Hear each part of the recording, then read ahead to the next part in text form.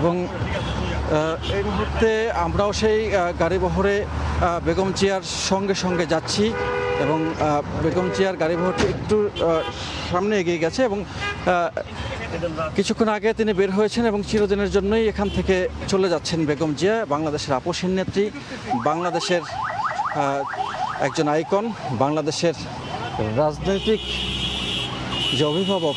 তিনি তার শেষ বিদায়ের দিন গতকালকে, এবং গতকাল থেকে এই হাসপাতালেই তিনি ছিলেন, যেখানে তিনি দীর্ঘদিন থেকে চিকিৎসা নিচ্ছিলেন। এবং বেগম জিয়াকে এখান থেকে নিয়ে যাওয়া হচ্ছে। এখানে তার অনেক স্মৃতি, সেই স্মৃতি বিজড়িত যে জায়গাটি, সেই জায়গাটি তিনি ছেড়ে চলে যাচ্ছেন। একে একে করে যেন সব স্মৃতি যেন তিনি পেছনে ফেলে সামনের দিকে চলে যাচ্ছেন, মহাকাল ছেড়ে ইহকালের দিকে, পরকালের দিকে তিনি রওনা হয়েছেন। মহাকাল ছেড়ে চলে যাচ্ছেন বেগম জিয়া এবং রেখে যাচ্ছেন তার অজস্র কর্ম, অজস্র শিক্ষা, যেগুলো মানুষের মধ্যে ছড়িয়ে যাবে এবং বাংলাদেশের মানুষ তাকে শ্রদ্ধা ভরে চিরজীবন স্মরণ করবে। আমরাও দীর্ঘদিন থেকে এখানে যখন এসেছি এবং তাকে তার চিকিৎসকদের সঙ্গে কথা বলেছি এবং তার চিকিৎসকরা যথাযথ চেষ্টা করেছেন, যে তার সর্বোচ্চ চেষ্টাগুলো তারা করে গেছেন যে তাকে কোনোভাবেই যেন একটু সুস্থ করা যায়। কিন্তু শেষ পর্যন্ত আসলে বিদায় তো মানুষ মাত্রই নিতেই হবে। বেগম জিয়াও বিদায় নিলেন 80 বছর বয়সে তিনি বিদায় নিলেন।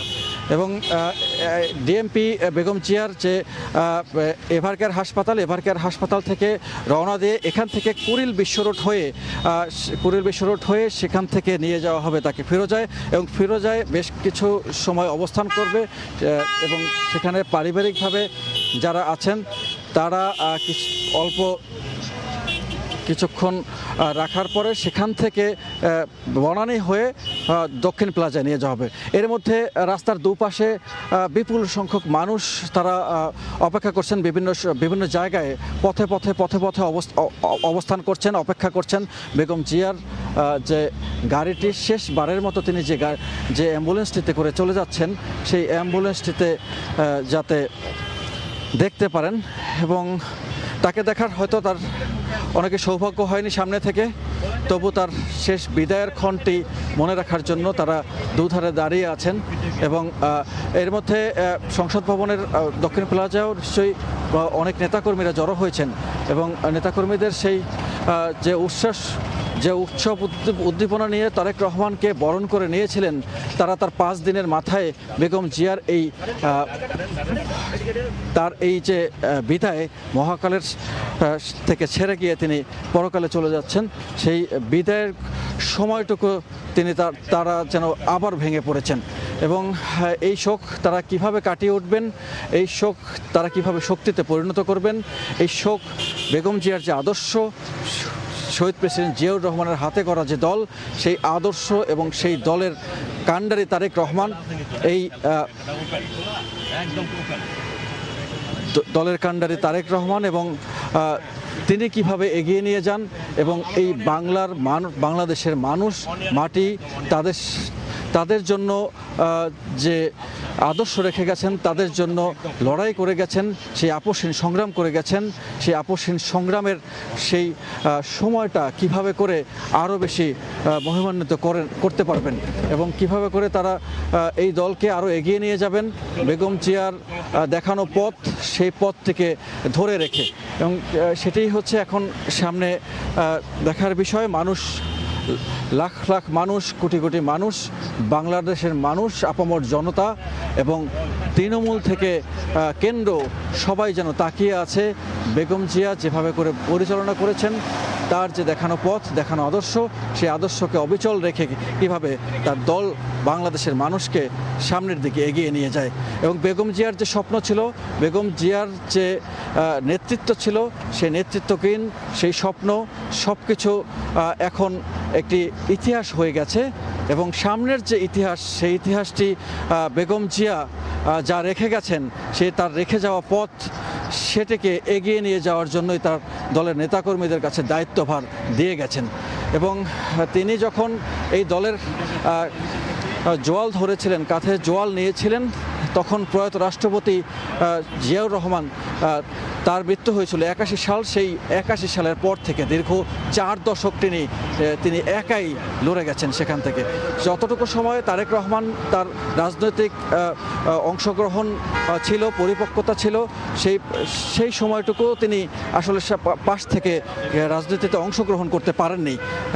দীর্ঘ 17 বছর পরে তার এই যে আশা এবং তার যে দেশে ফিরে আসা, সেই দেশে ফিরে আসার মধ্য থেকে মানুষজন আবার নতুন করে স্বপ্ন দেখছে এবং নতুন করে আশার বীজ বুনতে শুরু করেছে। ঠিক সেই সময় বেগম জিয়া চলে গেলেন।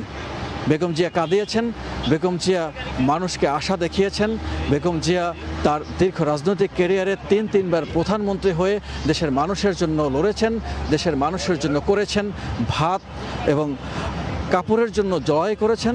এই দেশের আপামর জনতা যারা ছিল একদম গরিব, সেই গরিব মানুষদের জন্য তিনি নানান কর্মকাণ্ড করে রেখেছেন। নারীদের জন্য যে শিক্ষার ব্যবস্থা করেছেন, অবৈতনিক শিক্ষা, সেটি নারী জাগরণের এক অনন্য উদাহরণ হিসাবে তৈরি হয়ে গেছে এবং তারই পথ ধরে আজকে বাংলাদেশের যে নারীরা আছেন, সেই নারীরাও আজকে এখন কর্মক্ষেত্রে উজ্জ্বল মহিমায় প্রতিভার স্বাক্ষর রাখছেন এবং সেই পথটি বেগম জিয়ার দেখানো পথ। এবং বেগম জিয়া তিনি এই মুহূর্তে শেষবারের মতো তার এভারকেয়ার হাসপাতালে যে রাস্তা দিয়ে তিনি জীবিত এসেছিলেন, সেই রাস্তা দিয়েই আবার চলে যাচ্ছেন, কিন্তু শেষবারের মতো।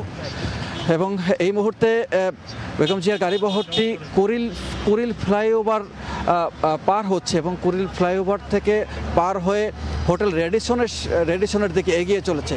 হোটেল রেডিসনের সামনে থেকে এই গাড়িবহরটি বেগম জিয়ার যে পতাকাবাহী অ্যাম্বুলেন্সটি, সেই অ্যাম্বুলেন্সটি চলে যাবে তার নিজ বাসভবন ফিরোজায়। এবং এই মুহূর্তে আপনি দেখতে পাচ্ছেন যে এই গাড়িটিতেই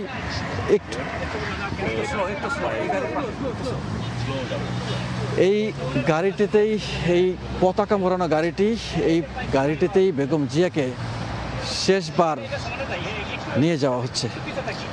এবং বেগম জিয়ার এই গাড়িটি পতাকা মোড়ানো এবং এই পতাকার জন্য এত যুদ্ধ, এত লড়াই, এত সংগ্রাম, এই পতাকার তলে যে 18 কোটি মানুষ, তাদেরকে রেখে গেলেন বেগম জিয়া।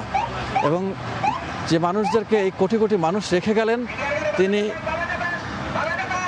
18 কোটি মানুষকে রেখে গেলেন। 18 কোটি মানুষকে তিনি কাঁদিয়ে গেলেন। দলমত নির্বিশেষে তিনি শ্রদ্ধা ভরে চিরবিদায় নিচ্ছেন। আমরা ওই বিদায়ের মধ্য থেকে বেগম জিয়ার যে রাজনৈতিক ক্যারিয়ার, বেগম জিয়ার যে রাজনৈতিক প্রেক্ষাপট, বেগম জিয়ার জন্ম, বেগম জিয়ার বেড়ে ওঠা, সব কিছুই আমরা বলার চেষ্টা করেছি।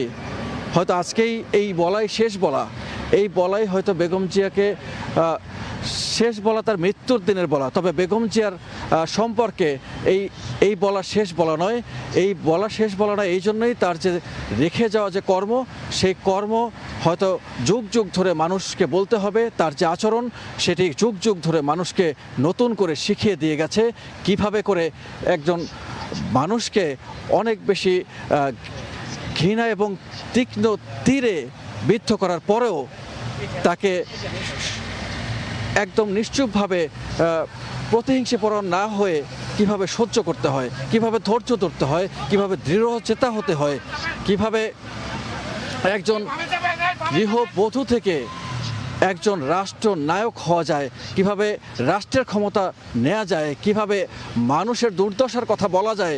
একজন নারী যে শুধুমাত্র নারী নয়, তিনি যে শুধু গৃহবধূ নয়, তিনি যে একজন অনেক উচ্চশিক্ষিত, উচ্চাভিলাষী সেরকম নয়।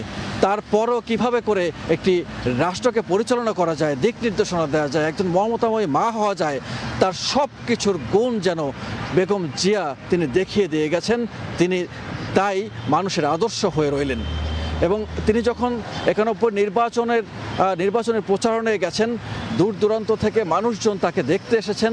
শহীদ প্রেসিডেন্ট জিয়াউর রহমান তাকে যেভাবে করে তার খাল খনন কর্মসূচি বা তার দল যখন শুরু করেন, তখন যে তিনি তৃণমূল পর্যায়ে যখন সফর করেন, তখন যখন তাকে দেখতে এসেছিল মানুষ, রাষ্ট্রপতি কিভাবে একদম তৃণমূল মানুষের সঙ্গে গিয়ে মিশে যেতে পারে, কিভাবে ক্ষেতের দিনমজুর এবং শ্রমিক তাদের সঙ্গে বসে খেতে হয়, সেটি যেমন শহীদ প্রেসিডেন্ট জিয়াউর রহমান দেখিয়ে গিয়েছিলেন, মাটি ও মানুষের সাথে কিভাবে মিশতে হয় সেগুলো দেখিয়ে গিয়েছিলেন। সেই পথ ধরেই এই বিএনপির অগ্রযাত্রা, এবং সেই অগ্রযাত্রা থেকেই মাটি ও মানুষের দল হয়ে ওঠে বিএনপি। সেই বিএনপির নেতৃত্ব দিয়েছিলেন এই বেগম জিয়া।